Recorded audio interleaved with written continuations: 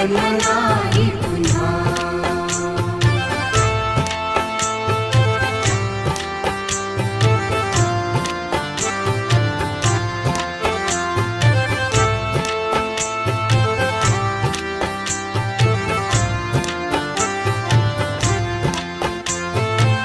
हा जन्म आहे सद्गुरु कृपेचा, हा जन्म आहे सद्गुरु कृपेचा, हा जन्म आहे सद्गुरु कृपेचा। हरि ओम स्वामी समर्थ म्हणा, हा जन्म